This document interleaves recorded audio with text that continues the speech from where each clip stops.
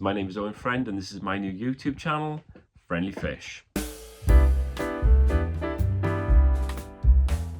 So yeah, welcome to my channel. I've recently got into fish keeping, had some tanks when I was younger. Well, my dad had tanks and I used to kind of just like watch the sharks and stuff swimming around in there. Red-tailed black sharks, that is. I got given a tank recently and I'm just like hooked on it straight away. It's just like sucked me in. So I've got 2 tanks. I'll show you guys those tanks, but I also want to create some more. So yeah, just follow along and please subscribe if you like what you see so far. I mean, you've only seen me for like 30 seconds. So yeah, here's my first tank in all its glory. Like I said, this tank was free from some friends. It's not the best looker, but it certainly does the job.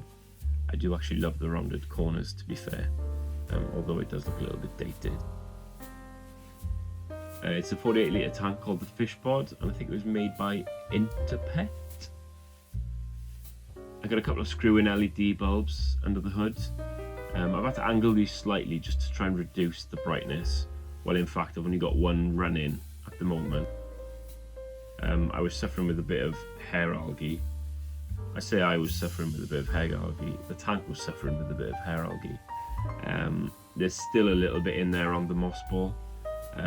Which I'm actually considering getting rid of, but it's certainly got better since sort of reducing the light.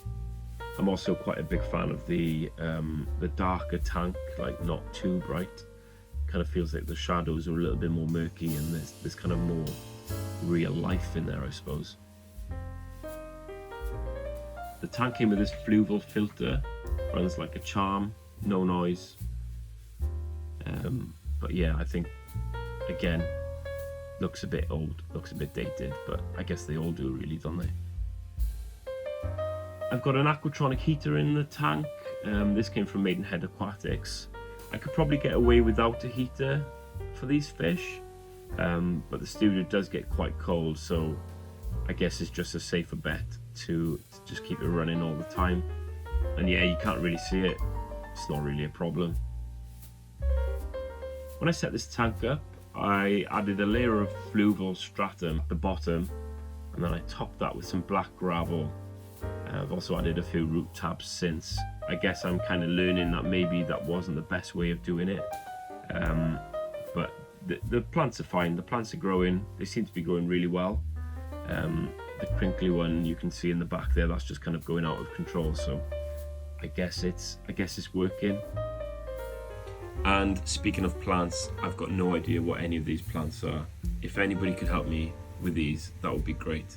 I've got some crinkly ones, I've got some flat ones, I've got a red one, but yeah, that's all I really know.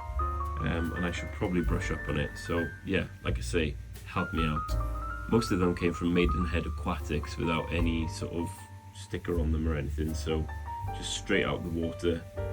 So yeah, I've got no idea what they are. I've also got a couple of houseplants growing in the back. I've got a pothos sort of cutting in there. It's just about starting to root. And then I've got a random red plant from my mother's house, which I took a cutting from, and that seems to be doing really well as well. In terms of fish, I'm pretty much still rocking the fish that I bought originally. I've had some casualties along the way. Karen and Pete, they were 2 red dwarf gouramis. They didn't survive long, to be honest. I think the water was fine. I was testing the water and it seemed to be fine.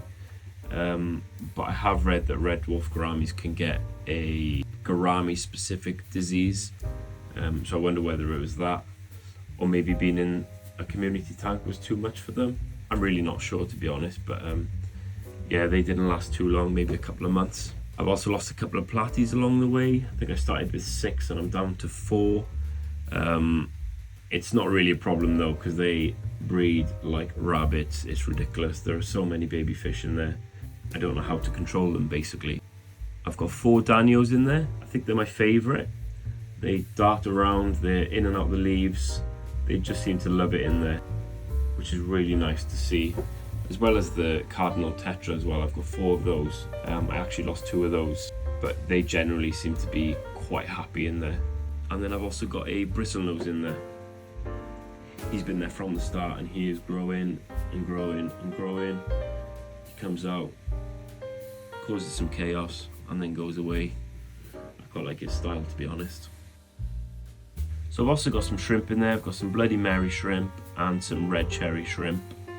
I'm hoping that they'll start breeding at some point, but again, I need to do some reading on that, but I don't know if I've got the right sort of setup at the moment. And finally, I've got the ramshawn snails. They are legends, doing what they're supposed to do, and just keeping it nice and clean. Good on you, ramshawn snails. Thanks for sticking around if you've got this far. Really appreciate it.